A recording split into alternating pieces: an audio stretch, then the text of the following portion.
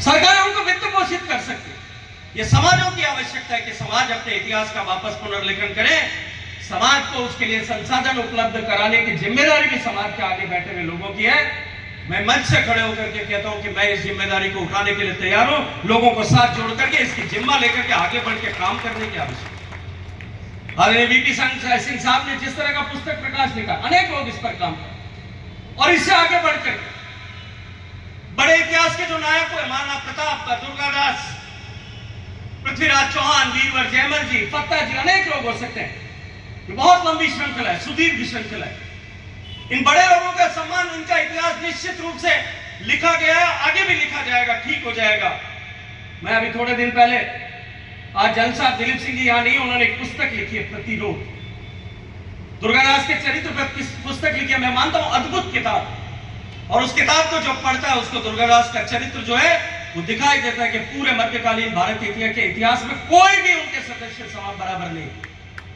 वो दुर्गादास की पुस्तक उन्होंने लिखी है। जन साहब की किताब, मैं एक दिन गृह मंत्री आदरणीय अमित शाह जी के साथ में हवाई जहाज में था, हम दोनों इस पर चर्चा कर रहे। मैंने उनको कहा वीरवर दुर्गादास की छतरी उज्जैन में बनी हुई है, और दुर्गादास की छतरी पर जब मैं आज से 4 साल 5 साल पहले गया, गोपाल सिंह साहब वहां जो तेली रहते हैं, वहां उन्होंने कहा कि ये तो हमारा दुर्गादास था, तुम कहां से आ गए? वहां शिलालेख लगा, वहां छतरी बनी। मैं धन्यवाद करता हूं मध्य प्रदेश सरकार का, वहां के मुख्यमंत्री का और आदरणीय प्रधानमंत्री जी का। जब उनके सामने विषय रखा, उन्होंने कहा 100 करोड़ रुपए का बजट सैंक्शन करो, उसका पुनरुद्धार करने के लिए काम करो। उसका शिलान्यास हो गया, काम शुरू हो गया।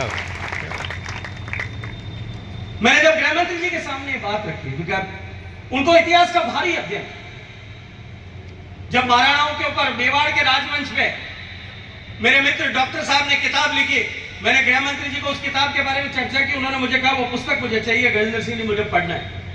पूरी किताब पढ़ी।